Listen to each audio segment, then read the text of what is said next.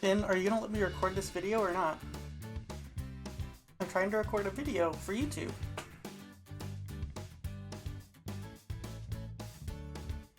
No response to that? Don't pretend like you're not here. Don't try and hide out of frame. I will move the camera to show you looking super regal.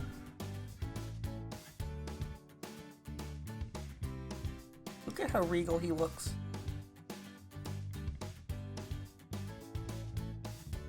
Such a good boy.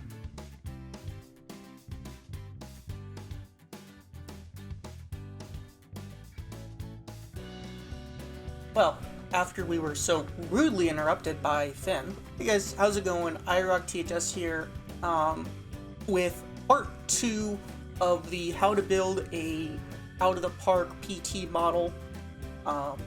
So today we are going to wrangle the data, we're going to clean it up, get it all grouped together, and create a few of the intermediate stats we need to get to the model. They're very useful stats. Things like walk rate, strikeout rate, BABIP. We'll try and use what we get from the tournament environment or the league environment to predict what these players would do in an average tournament. So really quickly, I just wanted to show you guys, if you don't have a set of stats you want to use for this, or if you just want to use my stats and follow along, Finn will not be able to help you despite his best efforts, but I do have the stats that I am using for this model, for this series, uploaded to GitHub. Yeah, you could just come to this page and download the raw file. I've also got some older models up there.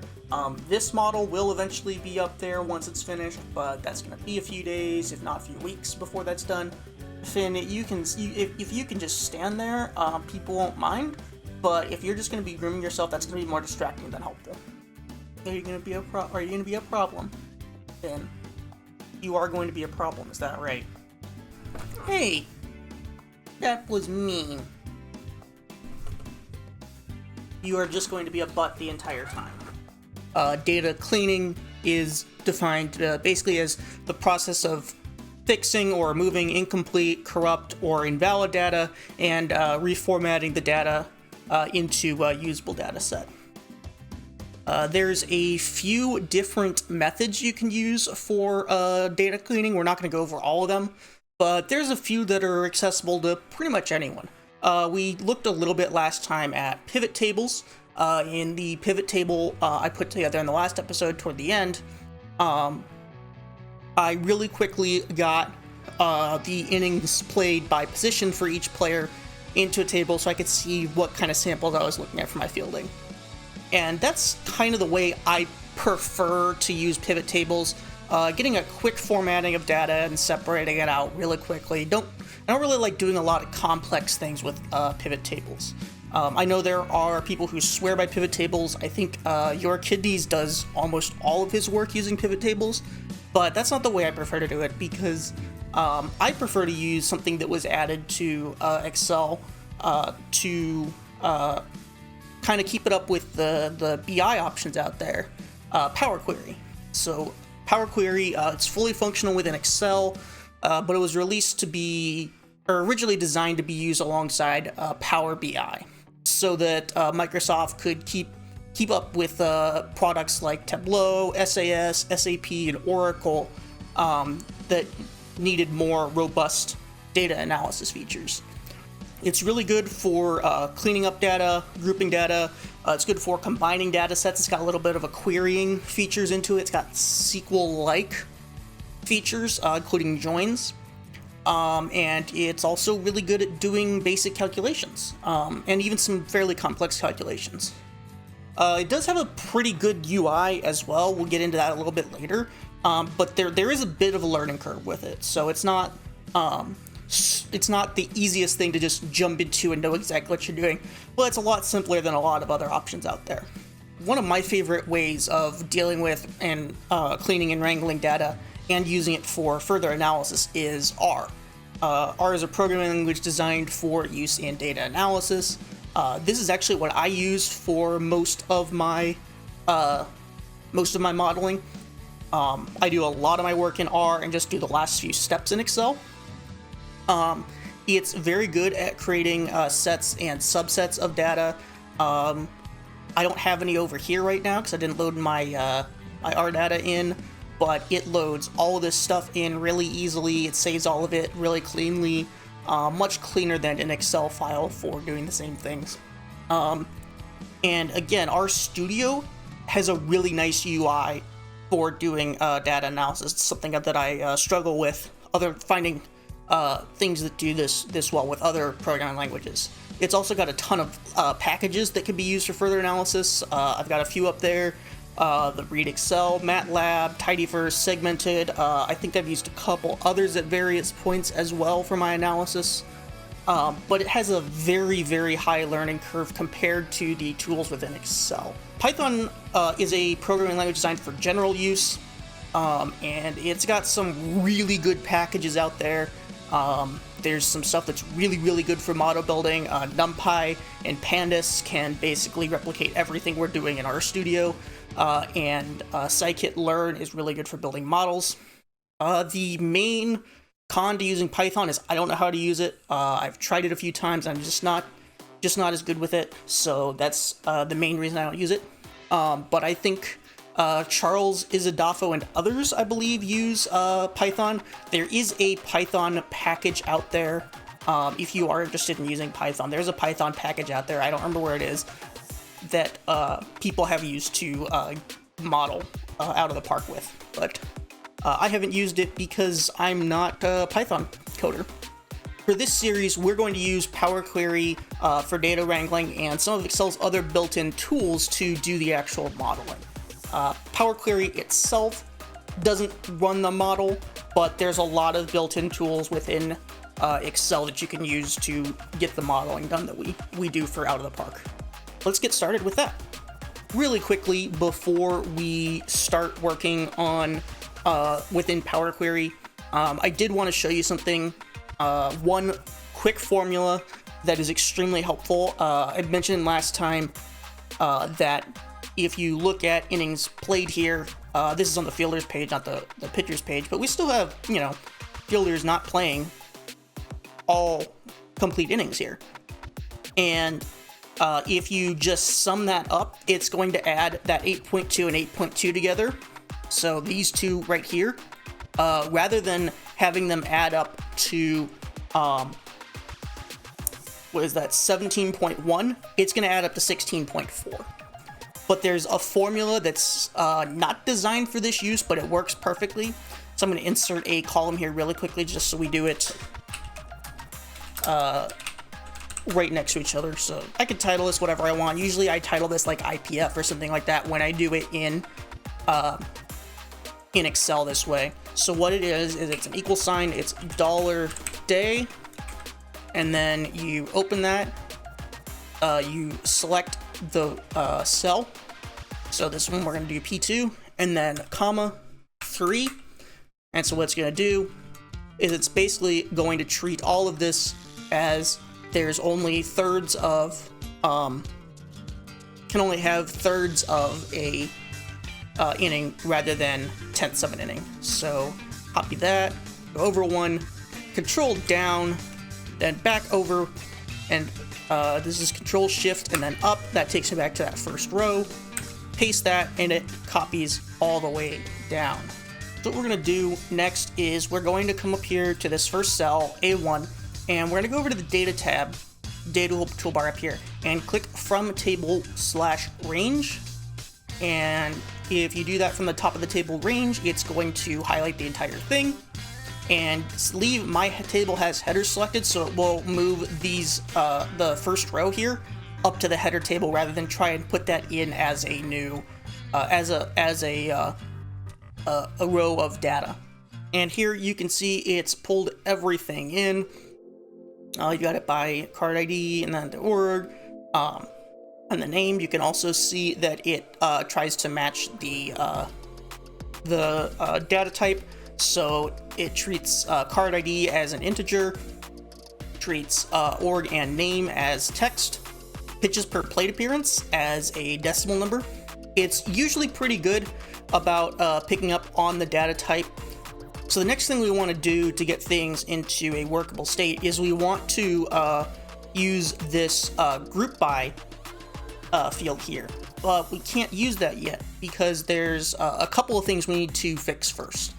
We need to fix these null values, and we need to correct for stats that we cannot just simply add up from as a sum. So that's things like pitches per plate appearance and innings pitched or innings played. It's usually easier to do this all the way through in one step. So do batters from start to finish, then pitchers from start to finish, then fielders from start to finish, or whatever order you want to do it in. I'm doing it a bit out of order here just because I kind of want to show all of the steps that you need to do for various things at various stages. I'm going to jump over to pitchers really quickly and do the same thing here. And we are going to go over to innings pitched here. And with innings pitched, what we're going to do is we're going to split the column by delimiter. What that does is it's going to look for whatever symbol is here. In this case, we're going to look for a period, but you could set it to look for a colon, comma, equal sign. These are common delimiters. Obviously, decimal points usually not, but it is here. So the rest of these you can leave wherever they are because they do not matter for this use case, but they might for others. And what it has done is it's separated innings pitched into innings pitched 1 and innings pitched 2.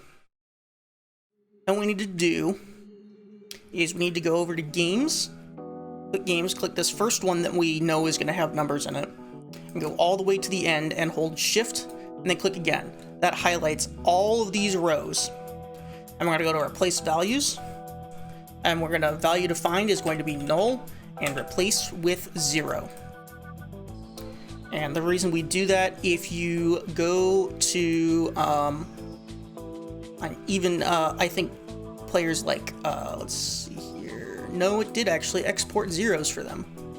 So and for the batters, if they don't start in a game, it actually puts a null value in there. It doesn't have anything in there rather than a 0, and that messes up all sorts of grouping and math equations because it doesn't treat null as 0. So now what we can do is we can add a new column. We're going to add a custom column here, and it's going to be IP, and we're going to scroll through here, and the formula is going to be 3 times IP1 plus IP2. That's all in parentheses, and that right there is the number of outs a pitcher has retired. If you want to stop here and have a column that is outs, you can stop right here, call it outs, and hit OK, and then do this next step as a separate column. We're going to divide it by 3, and that's going to get us back to innings rather than outs. You can see here, this row has 5.667, and when you look at row 4 earlier, this Jim Bouton pitched 5.2 innings. So that corrects for that. If you didn't, then every time a pitcher pitched a tenth or a third or 2/3 of an inning, it would treat it as a tenth or 2/10.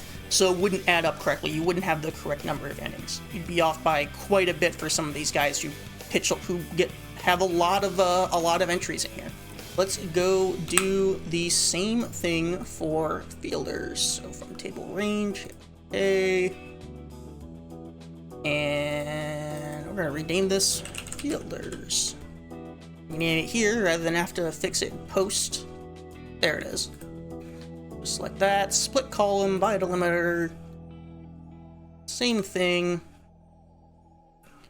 And then we scroll back over to this time we're not going to select position because that's going to be one of our data fields, and we don't want to replace that or that's going to be one of our characteristic fields rather than a data field, so we don't want to change that to null if it's if it's not there, we don't want it included. And we're gonna go from games to arm, and again, replace values, null, 0. So now we've got the bats, the pitches, and the fields tables here, which are all going to be what we condense everything down into. But so far, all we've done, actually we need to finish this for batters. All we've done is we have split, sorry, lost my train of thought there. All we've done so far is we've split innings played into two, and then gotten it back to thirds of an inning rather than tenths of an inning, and we have replaced null values. The other thing you need to do before we go any further, if you're going to do it, is you need to correct pitches per plate appearance. So if you're going to use pitches per plate appearance, what you need to do here is you need to add a custom column, and it needs to be pitches seen, because that's what we're actually going to find, and it's going to be plate appearances times pitches per plate appearance.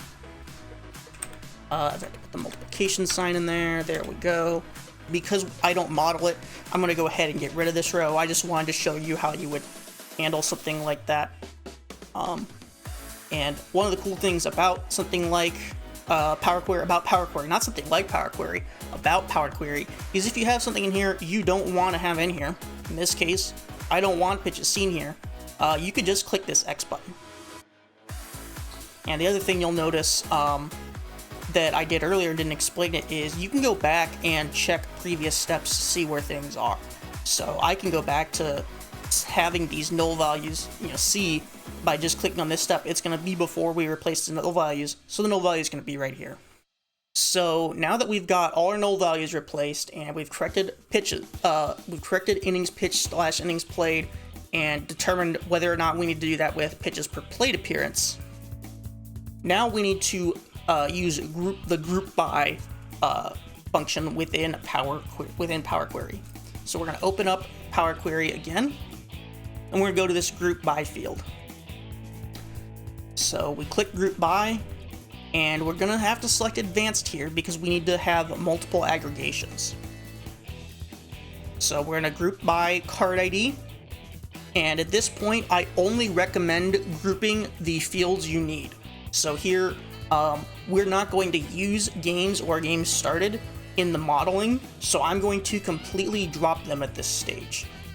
This also means I don't have to go back and remove them later through the remove columns option you can see up here.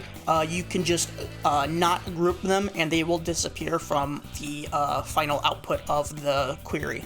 So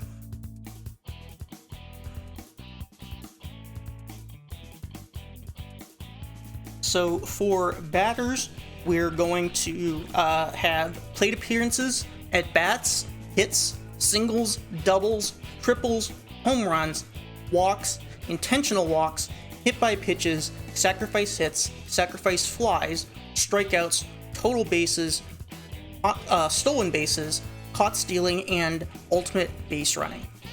You can rename these columns whatever you want. You can even reorder them if for some reason you want to leave the stuff that we're really not caring about till the end, because they're going to appear in this order after we combine everything. Since this is just an intermediate step for me, I don't usually worry about formatting things to be in an aesthetically pleasing format. Once we have all these in here, we're going to hit OK. And you can see it has grouped everything by card ID. We hit close and load really fast. It's easier to see that way. So it's removed all the columns that we don't care about, including the name and the team, and it just leaves us with everything grouped by card ID. And then this allows us to work with a smaller data set rather than a super large data set, which isn't as big of a deal in something like this model, but when you get to further levels of analysis, having excess columns is a big problem. You can also see we've gone from about 10,000 batting records to 344 different batters have a plate appearance in the Iron Tournament sample we gathered. Let's go to pitchers next.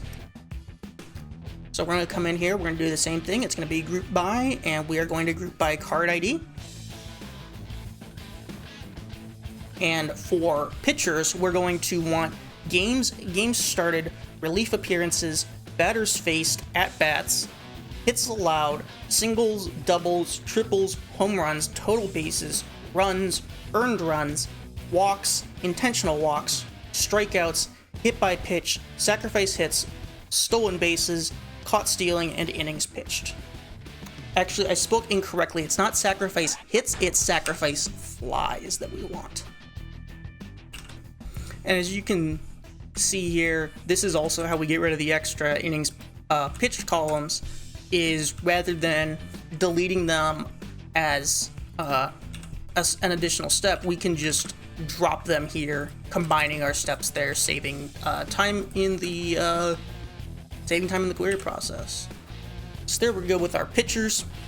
Let's go ahead and close and load. So here you can see we've got all this stuff sorted by the card ID. We sort by card ID because players can have multiple cards for the same player within the same tier, and you don't want those to get confused because you sort by player name. Next, we're going to go over to our fielders, and we're going to drop a ton from fielding. So from fielding, we are only going to keep innings played, zone rating, arm, frame, stolen base attempts, runners thrown out, and passed balls. Actually, we're not going to keep passed balls. I just remembered I took that out. We are making changes to this live. The other thing that is different about fielding, though, is instead of just grouping by card ID, we're also going to group by position, because we need to keep a player's shortstop appearances different from their second base appearances, their third base appearances, their center field appearances. You get the idea. We're just going to put them all to sum, and it's going to be, did I not create an innings played here? I guess I didn't create an innings played here. We should probably do that. We're gonna do innings played again really fast. I have caps lock on. 3 times IP1 plus IP2 divided by 3. There we go. Alright. Now we can group by. I know earlier I said, oh, it doesn't matter if you put them in the order that makes the most sense or anything like that, and I'm not worrying about that here, but I am on this one because I'm a hypocrite. We'll go ahead and jump out here, close it like that. So if you talk purely about infielders, all they care about is innings played and zone rating. It's outfielders, it's inning played, zone rating, and arm. It's catchers, it's inning played, zone rating, frame, stolen bases allowed, and runners thrown out. So I tried to sort it by how much I need every individual metric here, or stat here. And you can see we've got 344 batters and 333 pitchers, but 585 fielders. And that's because I mentioned this in the last video, a lot of your utility players, they're gonna play multiple positions. So they're gonna be in here multiple times. But there's a few that are only playing one position or aren't playing positions. They're only in there as DH, so they're not gonna show up in here. Another thing to mention specifically, I wanna mention this after the fielding bit, because I dropped a ton of the stats from fielding. You notice we went from, if we look at the fielders here, we went from 28 columns of statistics here, or sorry, 27 columns of statistics. I was starting from position and not games. So 27 columns of statistics here, and over here we have 6. We do this with batters a little bit as well, and pitchers.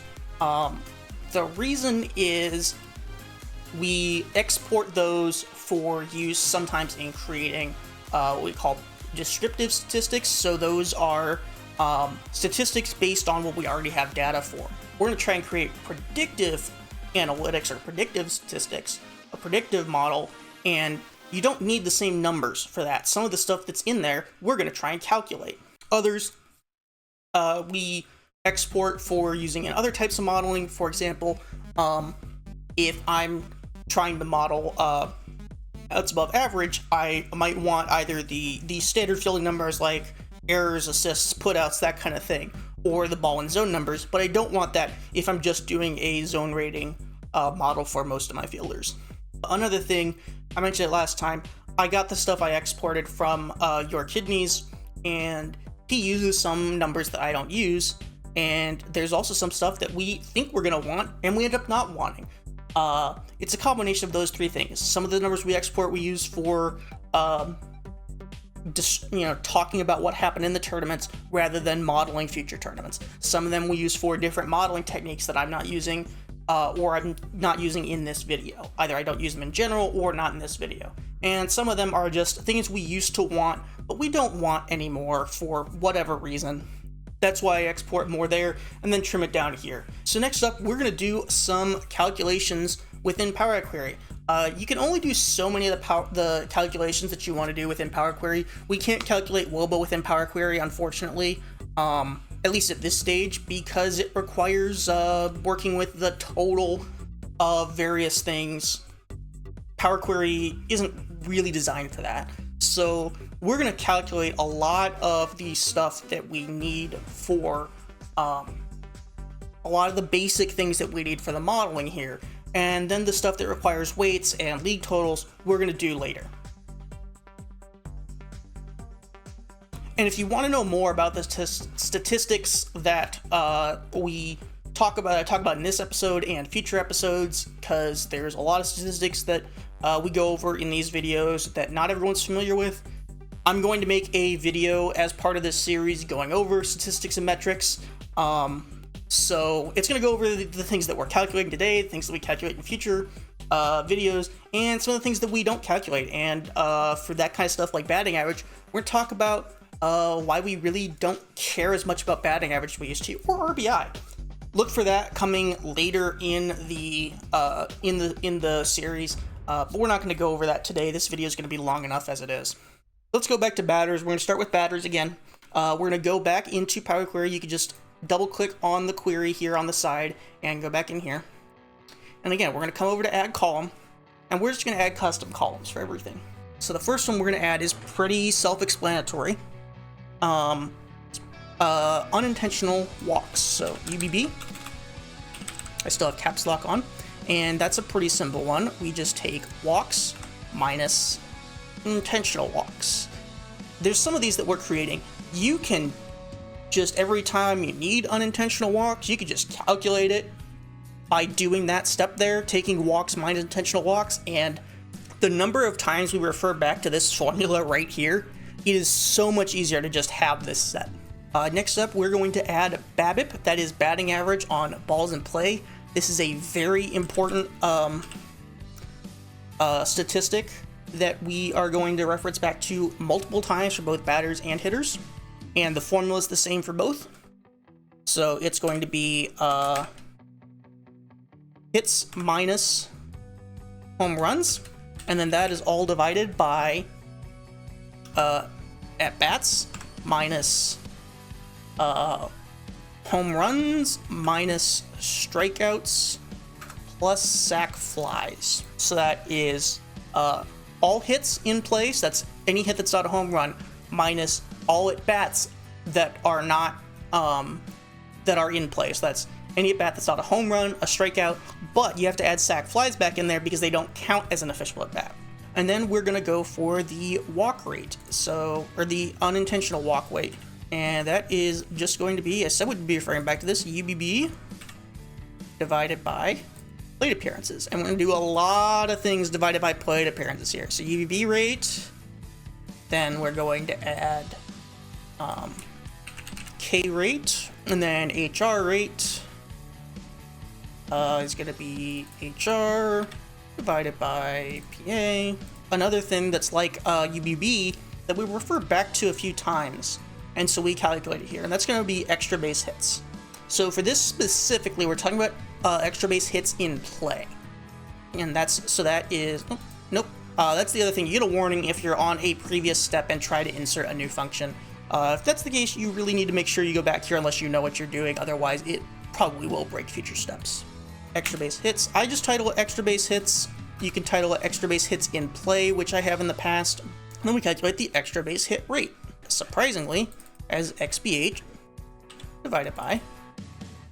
no, that is not divided by plate appearances, actually. That is divided by hits minus home runs. So you could also get to the same number by going singles plus doubles plus triples, and then we need the triple rate as well. That is triples divided by base hits. Next we have stolen bases attempted. This does get confusing, so if you want to call that something different, I don't blame you, because this is what does tend to confuse me about whether SBA for catchers is stolen bases attempted or stolen bases allowed. For catchers, SBA is stolen bases allowed. I think it's the same for pitchers too.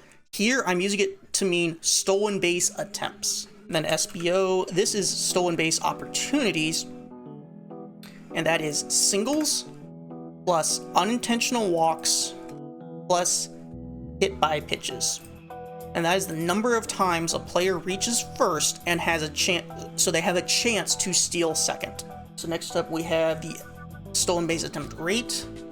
So that is SBA rate, and that is SBA divided by SBO.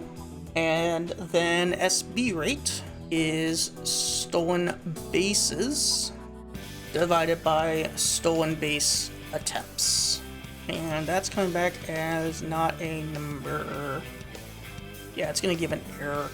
Alright, we're doing troubleshooting live on the air here, so I think we need to back out of this one here and do a conditional column. And that is if a stolen base attempts is divided by 0. So if SBA equals 0, then 0. Else, no. Okay, so we're gonna do. We should go back. We're gonna add the column again. BA. Okay. That still gives us those. And then we're gonna do conditional column. If SBA equals 0, then 0. Else SBA rate 1. There we go. Okay. There we go. Okay, that's gonna be good. And then we are going to remove SBA rate 1. And that doesn't mess things up because it remembers that we calculated that column back here to make this column, and then you can just remove it. So there we have all of our batting numbers that we need to calculate today. Now let's go on to pitching. So pitching and fielding are much simpler. There's a lot fewer things we need to worry about than batting. And part of that is we really cannot control what happens for a pitcher once the ball gets in play. So let's add a column again. We're gonna add B, and then the next column is BABIP, and then we're gonna do EBB rate. That is EBB divided by batters faced. Next up is K rate, and then we're gonna do this is the last one. We're going to do home run rate. For everything else, we calculated things like the extra base hit rate, triple rate, and that kind of thing for batters. We're actually going to use the league average rate for pitchers for that. And then we're going to go over to fielding. And fielding, we're going to add 4 different columns in here. ZRIP, and that is zone rating divided by innings played. And then we're going to add arm IP, and that is arm divided by innings played. And then we're going to add frame innings played as frame divided by innings played. And then we're going to add RTO rate, and that is RTO divided by RTO plus SBA. So I could create stolen base opportunities for this as well, but since we're not referencing back to that anymore, I just do it in this step here. And we're going to do the same thing we did with stolen base numbers here. We're actually going to retitle this RTO rate 1 because it gets mad if you have two columns of the same name. Now we're going to do a conditional column as if position is 2, then RTO rate 1, else 0. Because not only should a non-catcher not have an RTO rate, we don't care about an RTO rate for a non-catcher. Let me remove this column really fast and close and load this. But that is going to be it for this video today. That's definitely enough for one video here. The next video, we need to go through calculating league totals and determining weights for things like WOBA, FIP, that kind of thing. That should come sometime middle to late of next week.